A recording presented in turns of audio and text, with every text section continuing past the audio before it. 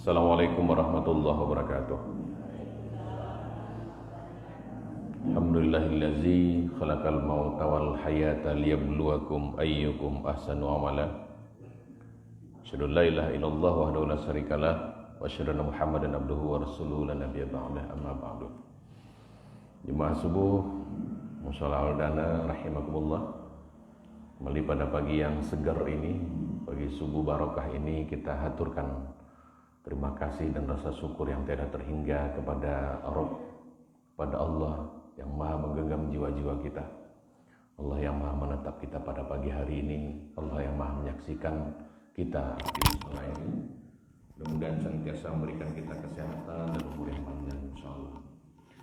Salam dan salam kita kirimkan kepada junjungan alam Nabi besar Muhammad sallallahu alaihi wasallam. Allahumma shalli ala Muhammad wa ala ali Muhammad. Mudah-mudahan tercurah limpah telah keberkahan, keselamatan kepada sosok manusia yang berhati teramat lembut, berperangai teramat mulia. Dialah Nabi Muhammad sallallahu alaihi wasallam. Mudah-mudahan kelak di yaumil akhir Allah berikan kita kesempatan untuk bisa menatap wajahnya dalam surganya Allah, insyaallah. Amin ya rabbal alamin. Bapak Ibu, gimana kabarnya pada pagi hari ini? Alhamdulillah semua sehat ya.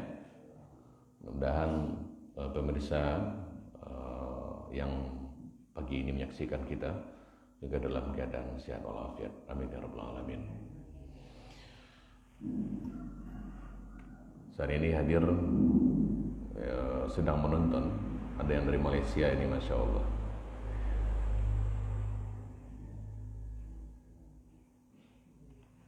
Baik, pada pagi hari ini kita akan menceritakan kisah hebat lagi ya. Siapa itu? Beliau adalah, nama lengkapnya Abdullah bin Zaid al-Jarmi. Nah, bagaimana kisah beliau? Nah, beliau menceritakan tentang bagaimana konsisten terhadap rasa syukur kepada Allah. Seperti apapun keadaannya, yang ada dalam hati dan pikirannya hanyalah bersyukur kepada Allah. Gimana kisahnya? Kita dengarkan. Abdullah bin Zaid ini, ya, Abdullah bin Zaid ini adalah sahabat dekat Nabi Muhammad sallallahu alaihi wasallam.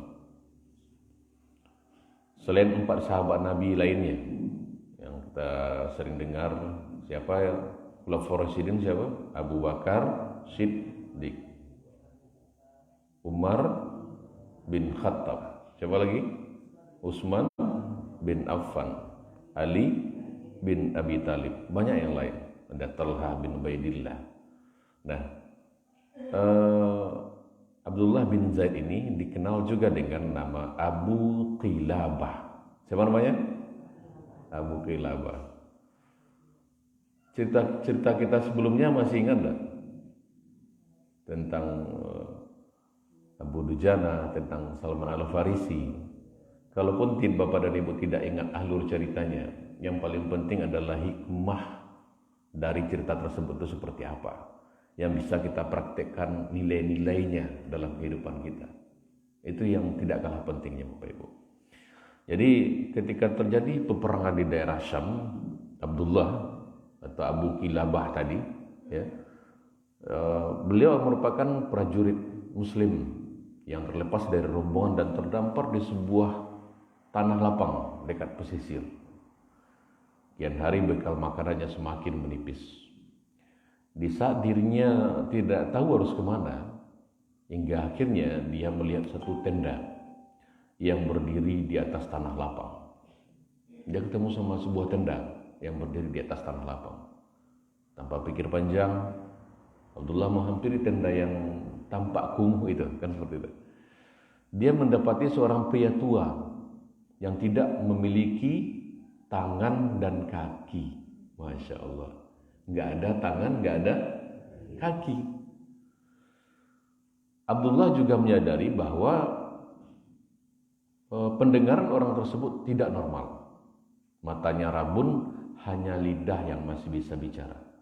Terbayangkan oleh kita, seorang pria yang tidak punya kaki, tidak punya tangan, matanya rabun, telinga nggak bisa dengar, hanya lidah yang masih bisa bicara. Gimana bentuknya itu kira-kira? Diam gitu ya, diam. Nah, secara sembunyi-sembunyi Abdullah menyimak setiap kata yang keluar dari mulut pria itu. Apa katanya? Ternyata beliau sudah berdoa, wahai Allah, berilah petunjuk agar aku dapat terus memujimu. Ya Allah, berilah aku petunjuk agar aku terus bisa memujimu, sehingga aku dapat bersyukur atas nikmat yang kau berikan kepadaku. Insya Allah, sungguh engkau telah melebihkan diriku atas kebanyakan manusia. Begitu ucap orang yang tidak punya kaki dan tangan tadi. Jadi yang keluar dari mulutnya itu adalah ucapan syukur. Wahai Allah, berilah petunjuk agar aku dapat terus memujimu, sehingga aku dapat bersyukur atas segala nikmat yang kau berikan kepada aku. Itu keluar dari mulut orang yang tidak punya kaki, tidak punya tangan, mata rabun, tidak bisa jalan. Dia hanya dibantu oleh anaknya. Seperti itu. Jadi tak dapat menahan rasa herannya. Abdullah yang sebelumnya sudah mengucapkan salam berkata, wahai Tuhan, aku mendengarmu tadi berkata demikian. Dan kau baru saja menyatakan Allah telah melebihkanmu atas banyak orang. Nikmat Allah mana yang telah engkau syukuri? Wajar kan? Abdullah bertanya, dia nggak punya kaki, nggak punya tangan, mata rabun, pendengarnya tidak normal. Nikmat Allah mana yang telah engkau syukuri? Begitu pertanyaan Abdullah kan pria tadi, ya, pria yang tidak punya kaki dan tangan. Bapak itu menjawab, apakah kau tidak melihat apa yang telah Allah lakukan padaku? Apakah kau tidak lihat apa yang Allah lakukan padaku? Jawab pria tua ke Abdullah, demi Allah, seandainya ada halilintar datang menghanguskan tubuhku. Ingat, saya ulangi kalimatnya. Demi Allah, seandainya ada halilintar yang datang menghanguskan tubuhku dan gunung-gunung menindihku. Begitu ucapannya. Lalu laut menenggelamkanku, aku tetap akan bersyukur pada Allah.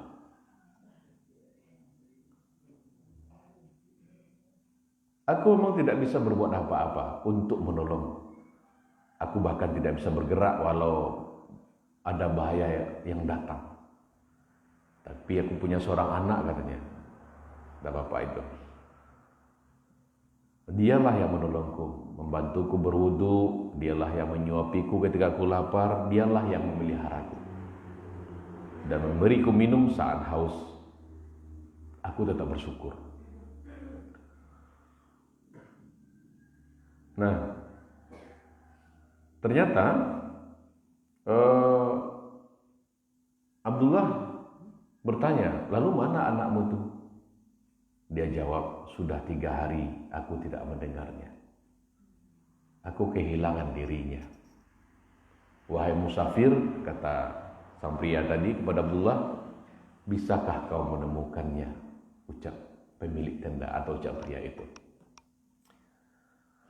Di tengah pasir tersebut, ya, di tengah daerah pesisir pantai tersebut, memang tidak ada satu orang pun. Dengan serta-merta kemudian tanpa berpikir panjang, Abdullah berusaha menolong orang tua tersebut menemukan sang anak yang sudah 3 hari tidak pulang. Dan dia menyaksikan pemandangan yang begitu memilukan. Anak laki-laki yang dicari tadi ditemukan sudah tidak bernyawa, diterkam binatang buas. Lalu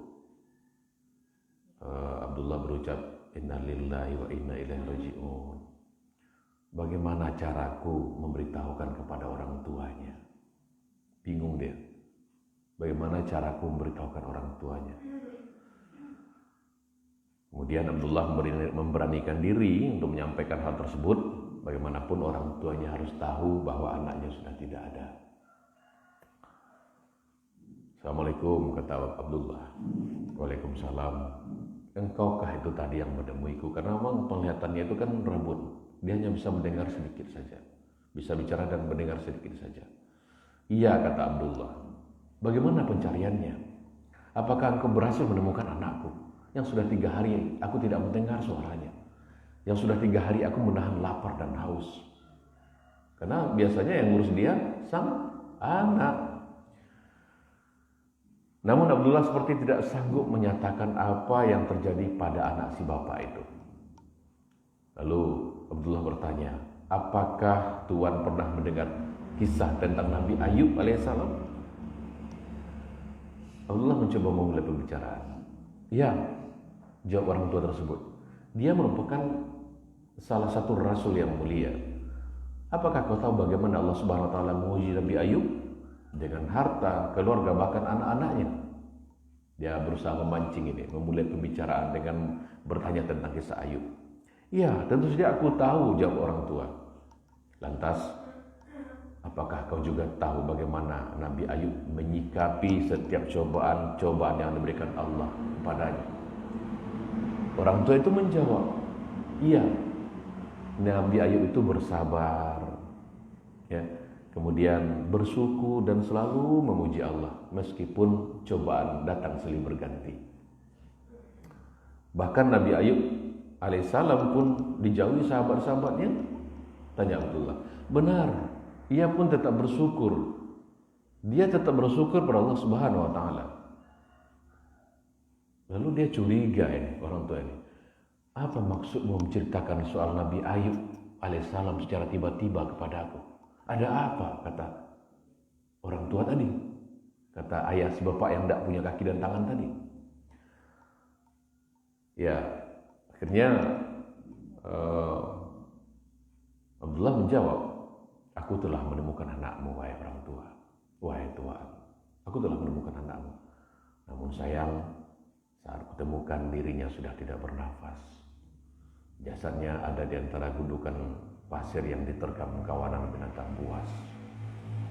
Semoga Allah Subhanahu wa taala melipat gandakan pahala yang engkau yang bersabar atas musibah ini, kata Abdullah.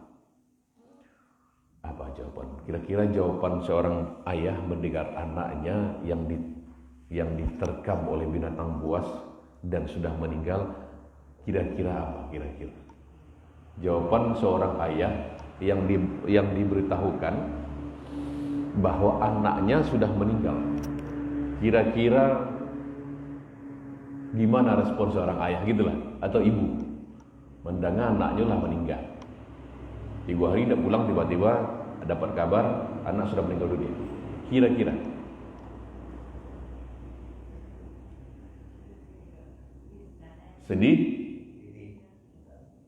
sedih ya, pilu pasti itu yang dirasakannya. Kita lihat apa jawaban orang tua tadi. Alhamdulillah, katanya. Segala puji bagi Allah. Dia telah menciptakan bagiku keturunan yang tidak bermaksiat kepadanya, keturunan yang berbakti kepadanya. Seorang anak yang memberinya makan saat dia lapar, yang memberikan dia air saat dia haus, yang membantu sang ayah mengambil air wudhu karena ayah nggak punya tangan. Sang anak yang memelihara siang dan malam. Sang anak yang merawat sang ayah dengan segenap jiwa dan raganya. Sang anak yang membelai sang ayah dengan sepenuh cinta. Dia mengucap, alhamdulillah, terima kasih ya Allah, Engkau berikan aku keturunan yang tidak bermaksiat kepadamu. Padahal sang anak sudah meninggal dunia. Di sisi lain, ia akan memeliharanya, membantunya, hanya anaknya. Dia cuma punya 1 anak. Dan itu jauh dari rumah-rumah penduduk. Nggak ada tetangga. Tidak punya kaki, tidak punya tangan. Menahan lapar dan dahaga berhari-hari lamanya. Tiba-tiba, ya nggak bisa juga melihat. Tiba-tiba didengar kabar orang yang selama ini merawat kita, selama ini memelihara kita, selama ini menyayangi kita dengan sepenuh cinta, selama ini menjadi mata, tangan dan kaki kita, pergi untuk selamanya. Ternyata jawaban beliau, Masya Allah, segala puji bagimu ya Allah. Tetap beliau memuji Allah, padahal dalam kondisi betul-betul down, dalam kondisi betul-betul terpuruk dalam hidupnya. Apa yang membuat dia masih mengucapkan segala puji bagimu ya Allah, padahal hidupnya betul-betul digelapkan Allah, kegelapan demi kegelapan berlipat-lipat. Apa yang kira-kira membuat beliau masih mau untuk memuji Allah? Tak lain dan tak bukan adalah keyakinan akan pertolongan Allah. Dia yakin Allah tidak akan pernah menyia-nyiakan hambanya. Dia yakin Allah akan menolongnya. Dia yakin kalaupun anaknya sudah tidak ada lagi, yang selama ini menjadi mata, telinga, kaki dan tangannya sudah tidak ada, dia yakin masih ada Allah. Masya Allah, luar biasa. Sehingga ketika mendapat kabar anaknya sudah tidak ada, yang dia ucapkan pertama kali dari mulutnya, segala puji bagimu ya Allah. Terima kasih Allah, Engkau sudah memberikan hamba keturunan yang tidak bermaksiat. Terima kasih ya Allah. Pun tidak berapa lama kemudian, orang tua sekaligus pemilik tenda tersebut, Allah panggil kembali keharibaannya. Inna lillahi wa inna ilaihi raji'un, ucap Abdullah. Kemudian diurus pemakamannya oleh Abdullah. Ini sebuah kisah yang mungkin beliau sedang ingin menceritakan kepada kita betapa bagaimanapun kondisi kita hari ini, pahitnya hidup kita hari ini, beratnya beban hidup kita hari ini, Bapak Ibu. Saya tidak tahu, bisa jadi ada di antara kita hari ini yang persis sama kehidupannya dengan orang tua tadi. Kalau orang tua tadi tidak punya kaki dan tangan, mata nggak bisa melihat, telinga nggak bisa mendengar, bisa jadi ada di antara kita hari ini yang tengah Allah gelapkan hidupnya. Bisa jadi banyak di antara kita yang sedang dililit hutang piutang hidupnya, sesak napasnya oleh hutang piutang, gak pernah lunas-lunas. Bisa jadi ada di antara kita hari ini yang sedang susah hidupnya. Untuk makan besok pagi saja dia masih berpikir, besok pagi saya harus memberi anak saya makan apa. Mungkin ada di antara kita hari ini yang sedang tidak harmonis rumah tangganya. Setiap hari terjadi cekcok suami dan istri. Sepertinya rumah tangga itu panas. Tidak pernah ada ademnya. Yang ada hanyalah teriakan. Yang ada di rumah itu hanyalah hardikan. Yang ada di rumah itu adalah suara bentakan. Bisa jadi Allah sedang gelapkan hidup kita. Ada di antara kita hari ini yang memikul beban yang teramat berat. Bahu ini terasa ngilu memikul beban tersebut. Pundak kita terasa capek sekali memikul beban tersebut. Bisa jadi ada di antara kita hari ini yang siang malam merasa sudah berdoa pada Allah, ya Allah ringankan beban ini ya Allah. Tapi kok semakin berat, semakin hari semakin berat beban itu. Bisa jadi ada di antara kita hari ini Bapak Ibu punya anak, kok anak saya semakin hari nggak patuh ya.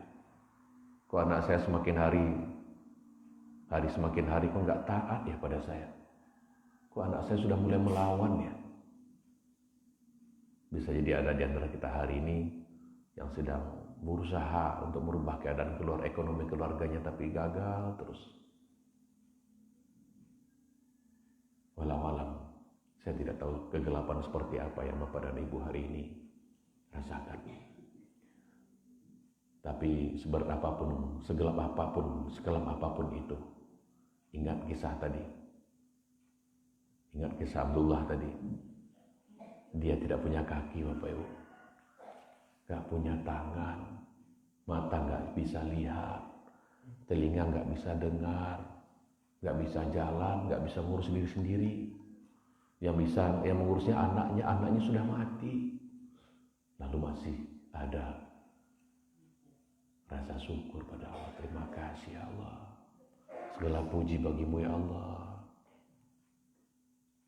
Maka dari itu Bapak Ibu, tetap tumbuhkanlah keyakinan dalam hati kita bahwa Allah nggak akan pernah kasih kita beban Bapak Ibu di luar kesanggupan kita. Seberat apapun beban yang Bapak Ibu pikul hari ini, detik ini, yakinilah beban itu Allah berikan karena Allah kangen dengan kita. Allah rindu mendengar tasbih-tasbih kita. Allah pengen lihat kita semakin dekat dengan Allah, semakin taat beribadah, semakin banyak amal kebaikannya. Allah pengen sekali melihat hambanya merintih bermohon di hadapannya di penghujung malam. Karena bukankah di sepertiga akhir malam itu Allah turun ke bumi lalu bertanya, wahai hambaku, ud'uni, berdoalah, astajib lakum, akan aku kabulkan. Selama ini saya udah berdoa Pak Camat, udah capek saya berdoa. Ingat, Allah itu mengabulkan doa kita dengan berbagai cara Bapak Ibu. Sehatnya Bapak Ibu hari ini bisa jadi itu karena doa-doa yang kita panjatkan bertahun-tahun yang lalu. Sehatnya anak-anak kita hari ini itu karena doa-doa yang kita panjatkan bertahun-tahun yang lalu. Atau akurnya rumah tangga kita, bisa jadi itu cara Allah mengabulkan doa-doa kita. Maka yuk, jangan pernah suuzon sama Allah. Apapun keadaan kita, senantiasa bersyukur sama Allah. Terima kasih ya Allah, terima kasih. Terima kasih atas segala yang Kau berikan pada kami ya Rabb. Itu Bapak Ibu. Jadi setiap cerita-cerita yang kita sampaikan, kita berharap ada hikmah yang bisa kita petik untuk kehidupan kita sehari-hari, sembari menumbuhkan rasa cinta kita kepada Rasulullah dan para sahabatnya dan orang-orang yang sudah berjuang keras mengorbankan harta, jiwa, pikiran dan raganya untuk agama ini.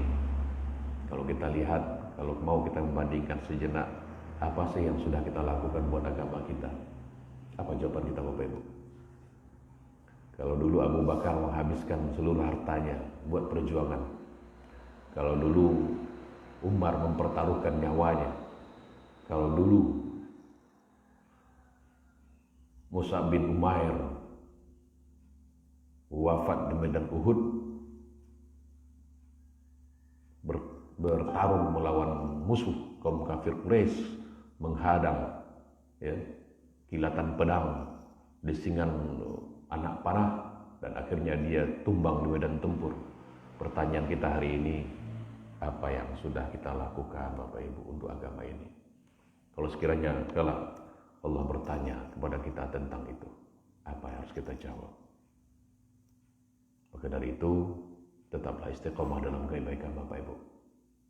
Yang paling penting itu bukan sebanyak apa kebaikan yang sudah Bapak dan Ibu lakukan, yang sudah kita lakukan. Yang paling penting adalah istiqomah kita melakukan kebaikan meskipun sedikit. Kita melakukan kebaikan banyak sekali, tapi hanya sekali sebulan. Lebih baik kebaikan itu sedikit, apapun bentuk kebaikannya Bapak Ibu. Apa saja kebaikan-kebaikan itu dijawab? Yang pertama jelas amalan yaumil kita. Apa itu?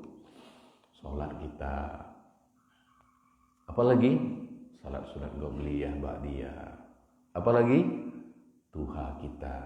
Apalagi? Tilawah kita. Apalagi Bapak Ibu? Sedekah kita. Apalagi? Mendoakan orang lain. Kira-kira mendoakan orang lain itu susah apa mudah Bapak Ibu? Mendoakan orang lain susah apa mudah? Contoh, ada tetangga kita yang sedang sakit. Kira-kira susah enggak mendoakan kepada Allah agar tetangga kita ini segeralah sembuhkan? Enggak. Ya Allah, sembuhkan tetangga hamba ya Allah. Selama ini Bapak Ibu, kita sering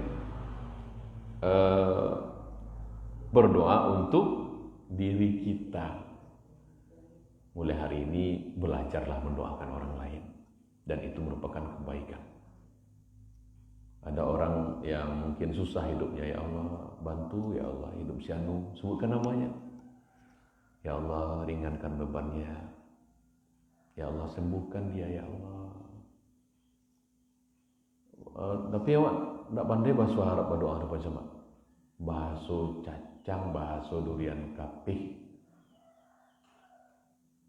Bisa dipahami Bapak Ibu? Bahasa kita sendiri.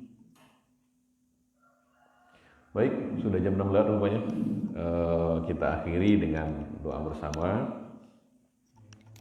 Sama-sama kita hadirkan dua rasa Bapak Ibu. Rasa apa? Masih ingat? Masih ingat enggak? Rasa hina di hadapan Allah dan rasa butuh dengan pertolongan Allah. Sama-sama kita baca istighfar. Astaghfirullahaladzim, alladzi la ilaha illa huwal hayyul qayyum wa atubu ilaih. Astaghfirullahaladzim, alladzi la ilaha illa huwal qayyum wa atubu ilaih. Astaghfirullahaladzim, alladzi la ilaha illa huwal qayyum wa atubu ilaih. Para teman-teman FB yang masih menyaksikan live pagi ini, sama yuk kami mengajak kita semua menadahkan tangan kita setiap pagi bermohon kepada Allah. Kita tidak tahu doa kita yang kapan akan Allah kabulkan. Auzubillahi minasyaitonir minasyaitonir rajim. Bismillahirrahmanirrahim. Alhamdulillahirabbil alamin. Wal aqibatu lil muttaqin. Wassalatu wassalamu ala asrafil anbiya'i wal mursalin wa ala alihi washabihi rasulillah ajmain. Allahumma ighfir lana dzunubana wa liwalidayna warhamhuma kama rabbayana shighara. Ya Allah, kami mohon padamu dengan segenap jiwa kami ya Rabbi, doa yang maha menatap, doa yang maha menyaksikan. Mohon ya Allah, jadikan pertemuan kami pagi ini benar-benar pertemuan yang Kau ridhoi ya Allah. Pertemuan yang penuh dengan ampunan-Mu, penuh dengan rahmat-Mu. Pandanglah kami ya Rabb. Inilah kami hamba-hamba-Mu yang bergelimang dosa dan maksiat. Dosa kami teramat banyak ya Allah. Rabbi, wahai yang maha mendengar, ampuni ya Allah sebusuk apapun diri kami. Ampuni ya Allah sebusuk apapun hidup yang pernah kami jalani. Ampuni semua kezaliman kami kepada orang tua kami ya Allah. Jangan biarkan orang tua kami menyesal melahirkan kami ya Allah. Berikan kesempatan sisa umurnya berkah. Berikan kami kesempatan untuk bisa membahagiakan kedua ibu bapak kami ya Rabbi. Ampuni dan sayangi orang tua kami ya Allah. Muliakan sisa usianya. Jadikan husnul khatimah akhir hayatnya.